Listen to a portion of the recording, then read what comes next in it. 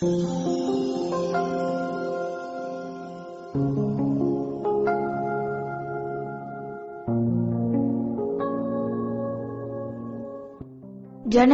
7. முதல் வாசகம். திருத்தூதர் யோவான் எழுதிய முதல் திருமுகத்திலிருந்து வாசகம். அதிகாரம் 5, வசனங்கள் 14 முதல் 21 வரை. அன்பார்ந்தவர்களே, நாம் கேட்பது கடவுளுடைய திருவுளத்திற்கு ஏற்ப அமைந்திருப்பின் அவர் நமக்கு செவி சாய்க்கிறார். இதுவே நாம் அவர் மீது கொண்டுள்ள உறுதியான நம்பிக்கை. நாம் எதை கேட்டாலும் அவர் நமக்கு செவி சாய்க்கிறார் என்று நமக்கு தெரியும். எனவே நாம் அவரிடம் கேட்டவற்றை பெறுவோம் எனும் உறுதி நமக்கு உண்டு. பாவம் செய்வோர் சாவுக்குரிய பாவம் செய்யவில்லை என்று கண்டால் அவர்களுக்காக கடவுளிடம் வேண்டுதல் செய்ய வேண்டும். கடவுளும் அவர்களுக்கு வாழ்வு அருள்வார். சாவுக்குரிய பாவமும் உண்டு. அப்பாவத்தை செய்வோருக்காக வேண்டுதல் செய்ய வேண்டும் என நான் சொல்லவில்லை. தீச்செயல் அனைத்துமே பாவம். ஆனால் எல்லா பாவமுமே சாவுக்குரியவை அல்ல. கடவுளிடமிருந்து பிறந்தோர் பாவம் செய்வதில்லை என்பது நமக்கு தெரியும். ஏனெனில் கடவுளிடமிருந்து பிறந்தவர்களை அவர் பாதுகாக்கிறார். தீயோன் அவர்களை தீண்டுவதில்லை. நாம் கடவுளை சார்ந்தவர்கள். உலகனைத்தும் தீயோனின் பிடியில் இருக்கிறது. இது நமக்கு தெரியும். இறைமகன் வந்து உண்மையான இறைவனை அறிந்து கொள்ளும் ஆற்றலை நமக்கு தந்துள்ளார். இது நமக்கு தெரியும். நாம் உண்மையான இறைவனோடும் அவர் மகன் இயேசு கிறிஸ்துவோடும் இணைந்து வாழ்கிறோம். இவரே உண்மை கடவுள், இவரே நிலை வாழ்வு. பிள்ளைகளே, சிலை வழிபாட்டை குறித்து எச்சரிக்கையாயிருங்கள். இது ஆண்டவர் வழங்கும் அருள் வாக்கு. இறைவா, உமக்கு நன்றி. நற்செய்தி வாசகம். யோவான் எழுதிய நற்செய்தியிலிருந்து வாசகம். அதிகாரம் 2, இறைவசனங்கள் 1 முதல் 12 முடிய. அக்காலத்தில் கலிலேயாவிலுள்ள கானாவில் திருமணம் ஒன்று நடைபெற்றது. இயேசுவின் தாயும் அங்கு இருந்தார். இயேசுவும் அவருடைய சீடரும் அத்திருமணத்திற்கு அழைப்பு பெற்றிருந்தனர்.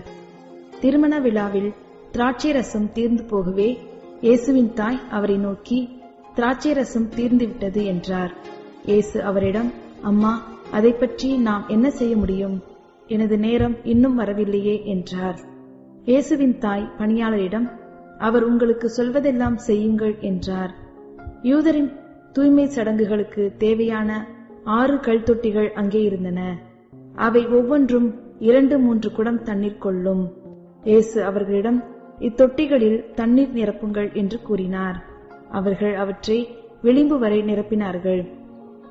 பின்பு அவர், இப்போது முண்டு பந்தி மேற்பார்வையாளரிடம் கொண்டு போங்கள் என்று அவர்களிடம் கூறினார்.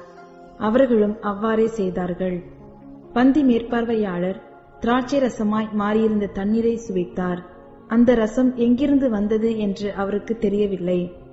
தண்ணீர் மொண்டு வந்த பணியாளருக்கே தெரிந்திருந்தது.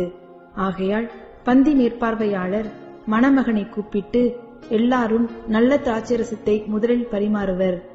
யாவரும் விருப்பம் போல குடித்த பின் தான் தரம் குறைந்த ரசத்தை பரிமாறுவர். நீர் நல்ல ரசத்தை இதுவரை பரிமாறாமல் ஏன் வைத்திருந்தீர் என்று கேட்டார். இதுவே இயேசு செய்த முதல் அரும் அடையாளம். இது கலிலேயாவில் உள்ள கானாவில் நிகழ்ந்தது. இதன் வழியாக அவர் தம் ஆட்சியை வெளிப்படுத்தினார். அவருடைய சீடரும் அவரிடம் நம்பிக்கை கொண்டனர். இதன் பிறகு அவரும் அவர் தாயும் சகோதரர்களும் அவருடைய சீடரும் கப்பர்நாகும் சென்று அங்கு சில நாள்கள் தங்கியிருந்தனர். இது கிறிஸ்து வழங்கும் நற்செய்தி. கிறிஸ்துவே, உமக்கு புகழ்.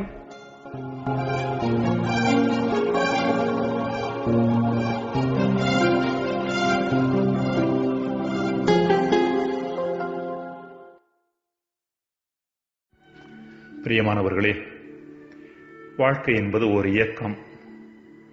தொடர்ந்து இயங்கிக் கொண்டிருப்பதுதான் வாழ்க்கை. ஒரே ஆற்றில் யாரும் 2 முறை இறங்க முடியாது என்பது உலக புகழ்பெற்ற கிரேக்க தத்துவம். காரணம், ஓடிக்கொண்டிருக்கிற தண்ணீரும் வேறு, இறங்குகின்ற மனிதனும் வேறு. தண்ணீரும் மாறியிருக்கிறது, மனிதனும் மாறியிருக்கின்றான். இரண்டிலும் மாற்றம் நடந்திருக்கிறது. மாற்றம் நிகழ்வதே வாழ்க்கை இயங்கிக் கொண்டிருப்பதனால்தான். என்றைக்கு மனித வாழ்வு ஓர் இயக்கமாக இல்லாமல் தேங்க ஆரம்பிக்கிறதோ அன்றே பிரச்சனைகள் அதிகம் சேர ஆரம்பிக்கின்றன. தேங்கிய குட்டையில் புழுவும் பூச்சியும் பிறப்பெடுப்பது போல இயக்கம் இல்லாத வாழ்வில் பிரச்சனைகள் பிறப்பெடுக்கின்றன. இயக்கமாக இருக்க வேண்டிய மனித வாழ்வில் உள்ள 3 நிலைகளை இன்றைய நற்செய்தியின் பின்னணியில் நாம் சிந்திக்கலாம். முதல் நிலை ரசம் இருந்த நிலை, அதாவது மகிழ்ச்சி இருந்த நிலை. யூதர்களை பொறுத்த அளவில் ரசம் என்பது அவர்களது திருமண விருந்தில் மிக முக்கியமான பங்கு வகித்தது. ரசம் என்பது மகிழ்ச்சிக்கு அடையாளம் என்பது நாம் அனைவரும் அறிந்த ஒன்று. எல்லா திருமண விருந்துகளிலும் இந்த ரசம் பரிமாறப்பட்டது. மனித வாழ்வின் தொடக்கத்தில், அதாவது குழந்தை பருவத்தில் மகிழ்ச்சி இருப்பது நாம் அனைவரும் அறிந்த ஒன்று. வாழ்க்கையின் பாரத்தை உணராததாலும் பிரச்சனைகளை பற்றிய உணர்வு இல்லாததாலும் ஒரு குழந்தை அனுபவிக்கின்ற மகிழ்ச்சி இது. இரண்டாவது நிலை ரசம், அதாவது மகிழ்ச்சி தீர்ந்த நிலை. மேற்கண்ட மகிழ்ச்சி, குழந்தை பருவத்தில் நாம் அனுபவிக்கிற மகிழ்ச்சி நீடித்த தன்மையுள்ளதாக இருப்பதில்லை என்பது நாம் அனைவரும் அறிந்த ஒன்று. குழந்தை பருவத்திலிருந்து பள்ளி பருவத்திற்கு கடக்க ஆரம்பிக்கின்ற போது குறைய ஆரம்பிக்கின்ற மகிழ்ச்சி, பள்ளி பருவத்திலிருந்து வாலிப பருவத்திற்கு கடக்கும் போது இன்னும் குறைந்து, வாலிப பருவத்திலிருந்து நடுத்தர பருவத்திற்குள், அதாவது குடும்ப வாழ்விற்குள் நுழையும் போது ஏறத்தாழ முற்றிலுமாகவே காலியாகிவிடுகிறது. வாழ்க்கையில் இந்த இரண்டாவது நிலை தவிர்க்க முடியாது என்பதை நாம் அனைவரும் அறிந்து கொள்வது முக்கியமானது. துரதிர்ஷ்டவசமாக பல நபர்கள் வாழ்வின் இறுதி வரை இந்த இரண்டாம் நிலையிலேயே தங்கிவிடுகிறார்கள். பிரச்சனைகளோடும் வேதனைகளோடு வாழ பழகிக் கொள்கிறார்கள். தெரிந்தோ தெரியாமலோ, விரும்பாமலோ மற்றவர்களையும் தன்னையும் காயப்படுத்திக் கொண்டு வாழ்வது வாழ்வில் தவிர்க்க இயலாதது என்ற மனப்பக்குவத்தை தங்களில் ஆழமாக பதிய வைத்துக் கொள்ளுகின்றனர். இதையும் தாண்டி 3ஆம் நிலை என்ற ஒன்று உண்டு என்பதை அவர்கள் மறந்துவிடுகிறார்கள். 3வது நிலை மேலான சுவை மிகுந்த ரசம் உருவான நிலை. கானாவூரில் ரசம் தீர்ந்த நிலையில் அன்னை மரியா இயேசுவிடம் முறையிடுகின்றார். இயேசுவும் மேலான புதிய சுவையுள்ள திராட்சை ரசத்தை உருவாக்குகிறார். மனிதர்களாகிய நாம் நம்மிலே சாதாரணமானவர்கள், சாதாரண தண்ணீர் போன்றவர்கள். ஆனால் இயேசுவை நாம் நமது வாழ்வில் அனுமதித்தோம் என்றால், அவர் செயல்பட வாய்ப்பு கொடுத்தோம் என்றால், சாதாரண மனிதர்களாகிய நம் வழியாக அவர் செயல்பட்டு நம்மையும் நமது வாழ்வையும் பல மடங்கு சுவையுள்ளதாக மாற்றுவார். நம் வாழ்வு சுவையானதா அல்லது சுமையானதா என்பது நாம் இயேசுவை நம் வாழ்விற்குள் எந்த அளவிற்கு அனுமதிக்கின்றோம் என்பதை பொறுத்தது. கடவுளை நம் வாழ்வில் அனுமதிக்கின்ற போது மட்டுமே முழுமையான வாழ்வு என்பது சாத்தியம். இறைவனை அனுமதிக்காமல் பணத்தினால் மட்டும் பொருளினால் மட்டும் வாழ்வை வாழ்ந்துவிட முயற்சி செய்வது கானல் நீரான வாழ்க்கைக்கு சமம். அப்படிப்பட்ட வாழ்வு இருப்பது போல தோன்றும், ஆனால் அப்படிப்பட்ட மகிழ்ச்சியான வாழ்வு என்ற ஒன்று கிடையாது. முழுமையான வாழ்வு இறைவனது துணையினால் மட்டுமே சாத்தியமானது. ஜெபம்.